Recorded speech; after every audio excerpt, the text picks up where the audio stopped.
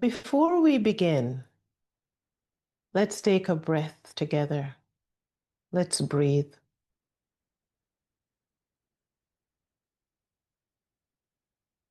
Let your body soften. Let your shoulders drop. Let yourself arrive. Feel your breath in your body. Welcome to Homecoming to Self, the journey. I'm your host, Sylvia Morrison. Today, we're talking about belonging and what it means or what it costs when belonging requires us to shrink, perform, or overgive. You see, belonging is one of the reasons why many women in midlife, and I might dare say men as well, find it hard to come home to self because we are often thinking about, will I still fit in?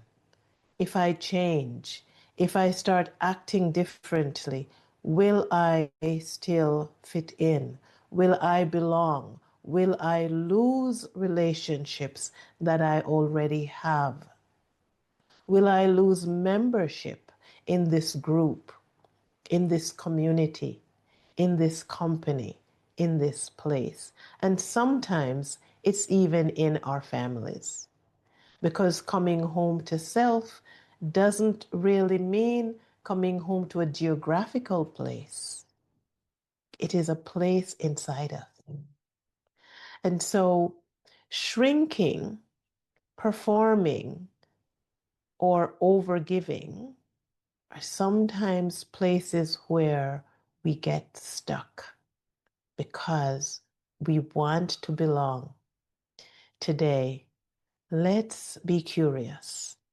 And I'll share with you my own story, my own experience about this. You see, for many years, an annual Christmas party for children had been a highlight in the community. I should back up and tell you that before I became the founder of Links Across Borders, before I moved to Ghana, it was a Christmas party that actually connected me with children in Ghana, where I started to support children's education and started visiting Ghana. And so when I finally moved to Ghana, I decided that one of the programs that I would initiate and continue to run was the annual Christmas party. You see, when I had contributed to a Christmas party many years ago, in fact, that was in 2003, I was at a very low point in my life, and I was having a conversation with a friend of mine, and she told me that she was sending money home. It was around Christmas time, and she was sending money home to her mother to host a Christmas party for children who lived in that neighborhood. And when I heard that, I decided that I would love to participate in making that party happen. And so I gave her, as contribution to the party, $75. And she sent that with whatever the amount was that she was already sending to her mom. And her mom hosted a Christmas party for children in that community. And in February of the following year, I saw pictures from the party, and it moved me. It moved me deeply. It opened my heart even wider. I thought, if $75 could do that, the joy on the faces of the kids, the dancing, the playing, the fun, them all dressed up and eating. I could feel the fun that they were having by looking at the photographs. And I wanted more of that. And so I decided that I would do that. I would continue to do that when I moved to live in Ghana. And so for many years, the Christmas party for children has been a highlight in the community. And people look forward to the food, the gifts, the celebration, and each year the attendance would grow bigger and bigger. And so did the need for resources, needed more money to provide for more people, more guests. The planning took more time, the labor, of course, we needed more workers to do that. And it became harder and harder to find helpers. I began to notice something that many people weren't coming anymore for connection. They were coming to receive because I was giving. So they would come, they would receive what was provided, and the day would end, the event would end, and folks would be off. They've had fun, and I enjoyed hearing thank you. I enjoyed seeing the smiles. But something had changed. Instead of ending the day feeling full, I ended feeling exhausted. And it wasn't just physical exhaustion, there was an emotional exhaustion. It felt somewhat like resentment and a certain kind of relief that this was over. I didn't like that feeling. It was very different than previous years. I began to sense that this event had run its course. I began to question. Another question that rose quietly inside me. If I stopped hosting, what would people think of me? Would I still be accepted if I stopped hosting this party? Would I still be loved? Would I still be included? I wouldn't want to lose acceptance, love, inclusion. As December approached this time, I noticed a tightness in my body. I paused, I listened, and I asked Spirit for guidance. Early one morning, I heard a whisper that startled me. It said, "This Christmas, do nothing for everyone." And I thought, what? That was startling to me. It felt unfamiliar and at the same time, strangely intriguing. Do nothing for everyone. I'd not heard that before. Later that day, someone asked about my holiday plans, and I heard myself say, "This Christmas, I'm doing nothing for everyone." She paused, and then she said, looking me in the face, she said, "I'm so happy for you. I'm very happy to hear that." That took me by surprise. In the days that followed, I said it again in other conversations. Each time, the response from others was relief, as if somehow they wanted me to stop. I realized that they wanted me to rest. They did not require my giving to accept me. I had made up that story. Where in your life are you doing that? Where in your life are you feeling a nudge to change the way you're doing something? You're feeling a nudge to stop doing something, to start doing something else.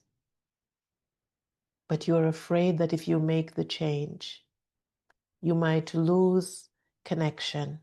You might be isolated. They might punish you. And I do know that there are times when that happens. And more often than not, we're doing it to ourselves. So I didn't host the party that year. I didn't host any events that year. And surprise, nothing fell apart. No one rejected me. Instead, what I did was I treated myself to a restful retreat. And to my surprise, the community was very happy for me.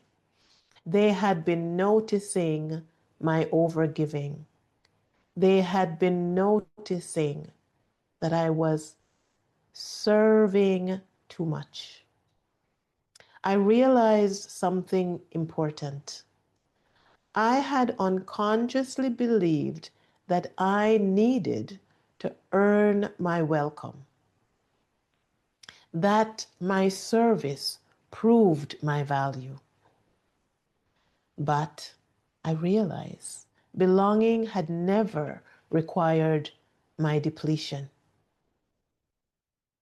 Over time, I noticed that shrinking, overgiving, over serving, which is servitude, had cost me emotionally,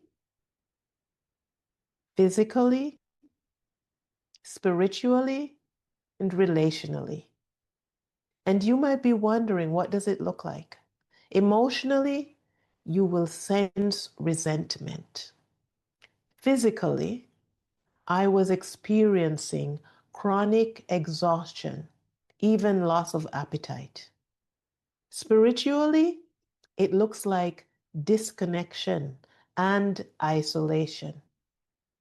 Because instead of following the guidance of spirit and following my intuition, I am over giving and, in a sense, performing.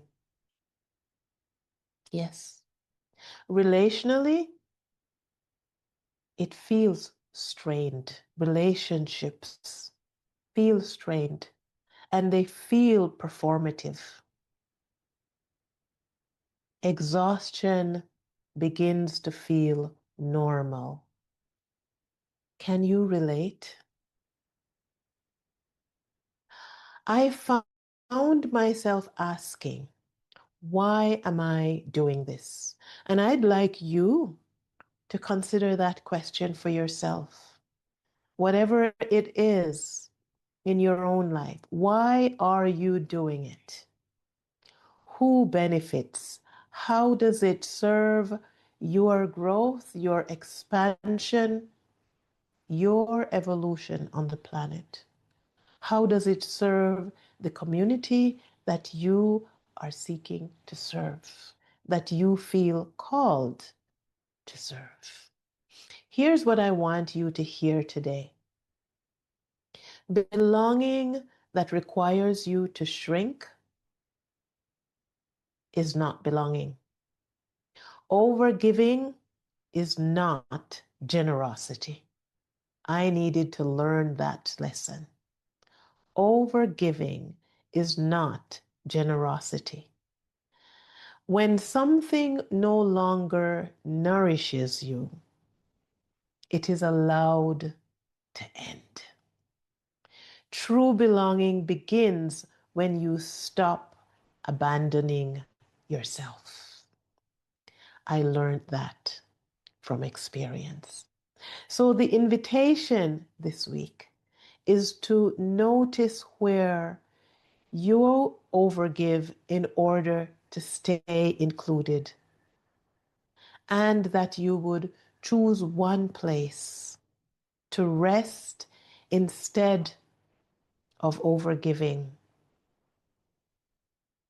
And you do that without explanation, because no explanation is required. You do not need to earn your place. Your presence is enough. I'll repeat that for you. You do not need to earn your place. Your presence is enough. And I am so grateful that you chose to be here with me. Thank you for being here. This is Homecoming to Self, the journey. In our next episode, we'll explore what it means to live from the inside out so that you feel anchored, aligned, and whole. Until next time, be gentle with yourself and keep coming home to you. This is Homecoming to Self, the journey. Thank you. If something you heard stirred your heart, I invite you to join My Sister's Circle, a private Facebook community for midlife women. This is a sacred space in which we slow down, reconnect, and rebuild confidence in community.